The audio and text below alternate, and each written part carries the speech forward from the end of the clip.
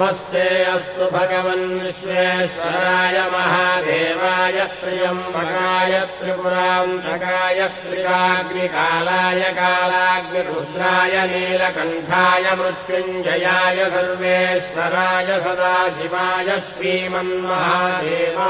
नमः।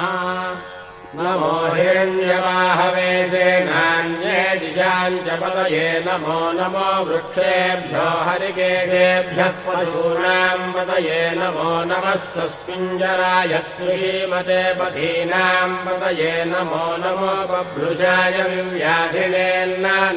पतये नमो नमो हरिकेशायोपवीतिने पुष्टानाम् पतये नमो नमो भवस्येत्यै जगताम् पतये नमो नमो रुद्राय कामिने क्षेत्राणाम् पतये नमो नमः सूताय हंसाय वनानाम् पतये नमो